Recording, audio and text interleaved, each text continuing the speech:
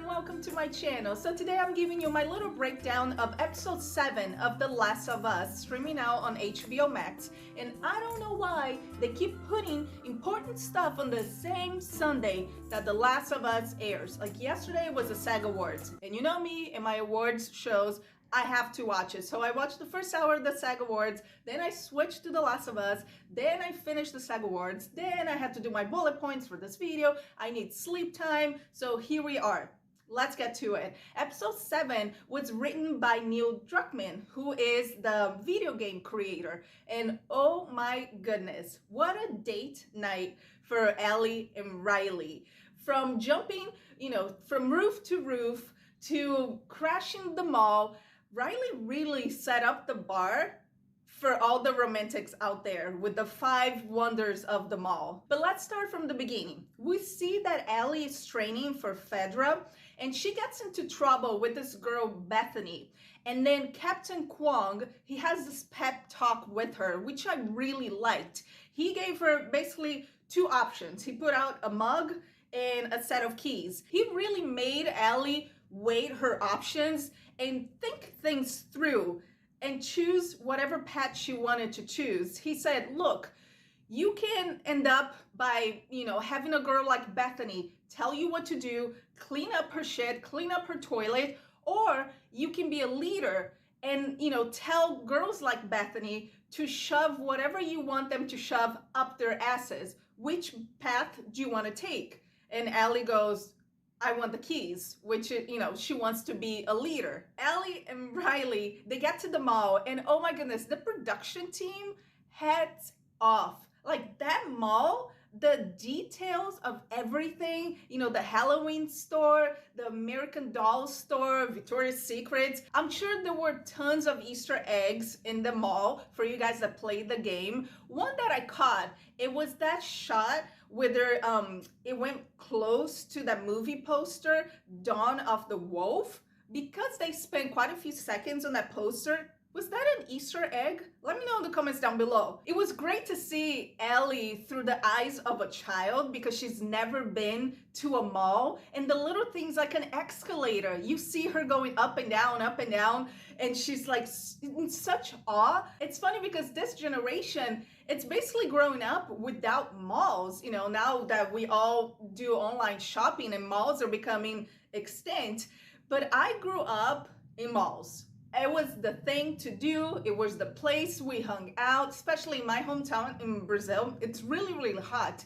And all our malls were enclosed because of the AC. So that was the place to go to get out of the heat. We all kids would spend the whole day at the mall. And when I moved here to San Diego, all the malls here are outdoors, like there's no roof. What if it rains? It hardly rains here. Well, besides this weekend. But I'm like, what if it rains? What if it's cold?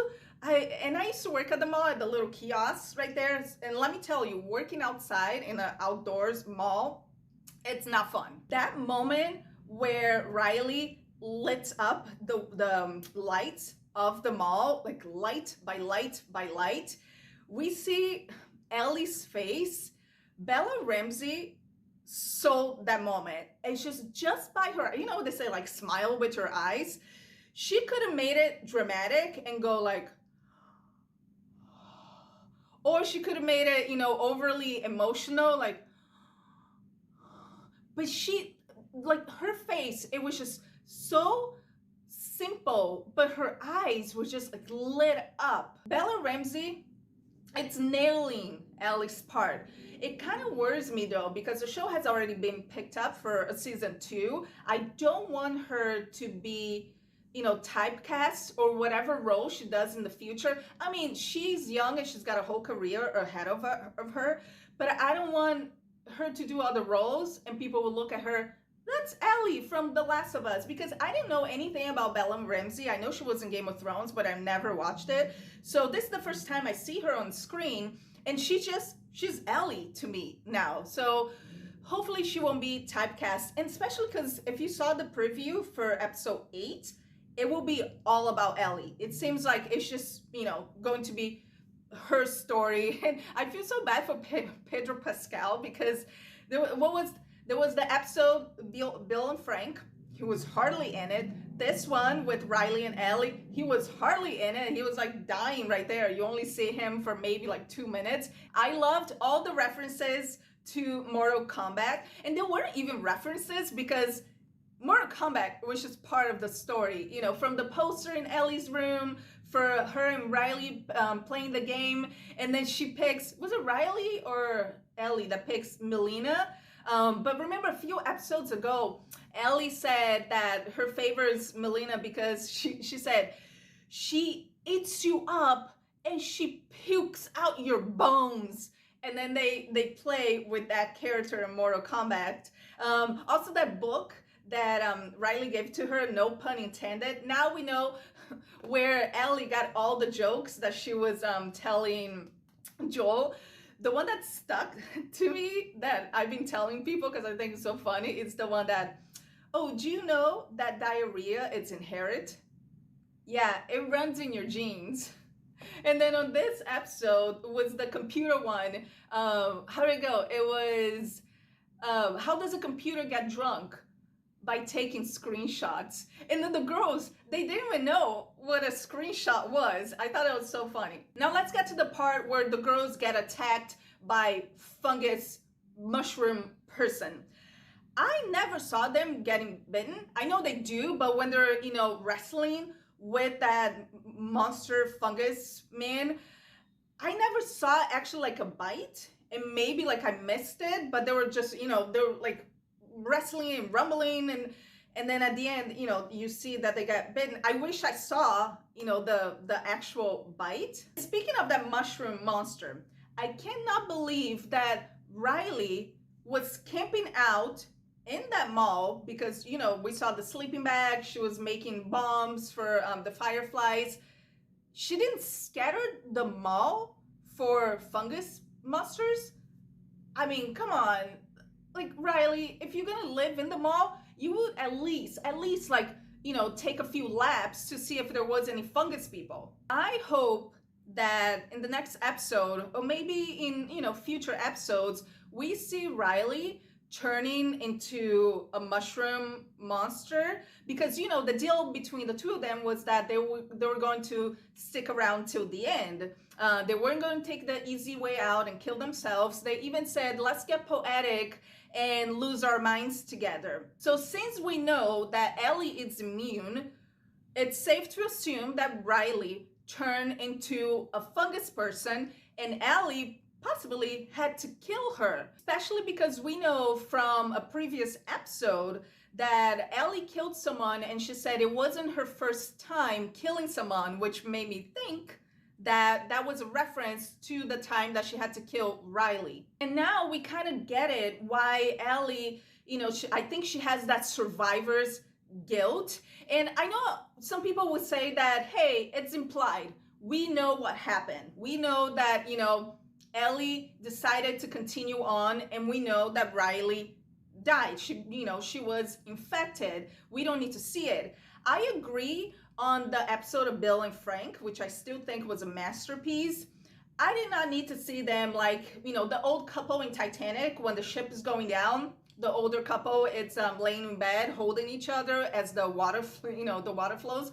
I did not need to see Bill and Frank in bed, you know, holding each other or decaying, whatever. I thought it was so poetic that they had the window open, the wind was blowing, you know, the curtains were moving. As far as Riley and Ellie, because it's such a significant moment in Ellie's life, I want to see her reaction to her being fine and Riley turning into a monster and her, once again, having to kill her. Because a lot of people are saying, like, give the girls an Emmy already. Oh, they deserve an Emmy.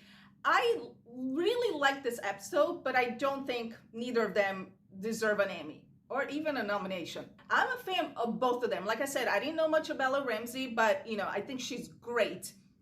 Storm Reid, I saw her in Suicide Squad. She was great. And then Euphoria, she was so good in Euphoria. She really held her own against Zendaya. So, and I think she was great here too, but not Emmy status. But if I was Bella Ramsey agent, I would tell the creators, look, you better show Ellie's reaction to losing, basically the one person that cared for her, the one person she cared about.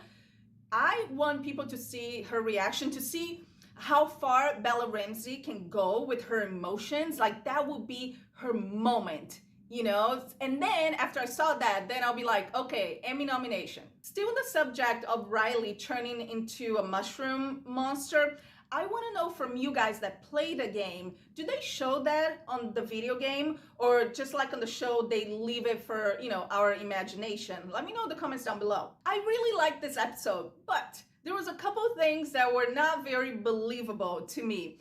When Ellie, she's stitching up Joel, she couldn't even find some rubbing alcohol, a bottle of whiskey to sterilize that needle, because she finds a sewing kit. It wasn't a sewing kit, it was like a needle and thread that has been laying there for probably, 20 years? So if Joel doesn't die from the wound itself, he's gonna die from an infection. Like, she couldn't even sterilize it, maybe with a lighter, because on the episode of Bill and Frank, when Bill got shot, was the first thing that Frank does. Put pressure on it, find some brown liquor to sterilize the wound. It was really cute though when Ellie is starting to, do the stitches, and we see Joel not even just hold her hand, but they like interlock fingers and he squeezes her hand. Oh, tearjerker. Another thing I didn't think was very believable, the Walkman and cassette tapes. I mean, I remember cassette tapes being an 80s thing. And then in the 90s, we started to get CDs. The Walkman became like a CD player. And then in the 2000s, that when the streaming, not streaming, yeah, the streaming started. People downloading music with LimeWire and Napster. But cassette tapes, it was like in the 80s. Maybe I'll give it the benefit of the doubt that she was, scavenging some like old abandoned house and found an old Walkman with some tapes from someone that left it, years and years ago. If I had to rank my favorite episodes, of course, my favorite still, I said it was a masterpiece, the Bill and Frank episode. Then it's almost tied the Riley and Ellie episode with the one with Sam and his brother, Super Sam, the deaf kid, ASL. I really like that episode because of the ending, when the kid, he gets infected and he attacks Ellie, and then his brother has to shoot him and then shoots himself. I was like, oh my gosh, like that ending was so good. But I think I will put my number 2, Riley and Ellie, because that episode was so close to my heart, especially with the soundtrack. Aha, that song, Take On Me, is one of my favorite songs. The mall, the wonders of the mall, because I grew up with malls. And I don't know if you noticed, on the carousel while they're there, The Cure, it's one of my favorite bands. I love, love, love The Cure. I think it was Pictures of You. Or was it Just Like Heaven? Now I'm second guessing myself. I have to watch the episode again. I'm pretty sure, like 99% sure, that was Pictures of You that's playing when they're in the carousel. I know it's The Cure. So because of that, and Mortal Kombat, I'm not much of a video game person, but I used to play Mortal Kombat a lot. I'm actually really good at it. So this was my breakdown of episode 7 of The Last of Us, streaming out on HBO Max. I heard from someone that played the game. They said that the pacing of the episode was off. I don't know what they meant by that. Like, that was off. Like, was it a slow pacing? And then there's still so much to be shown until, because we only have 2 more episodes. Yeah, it will be 9 episodes. So we'll see how this is gonna end. So if you play the game, what do you think of the pacing of the show so far? If you like this video, make sure to hit the thumbs up, subscribe to the channel, and also hit the little bell notification button so you don't miss any future videos. And I'll see you next time.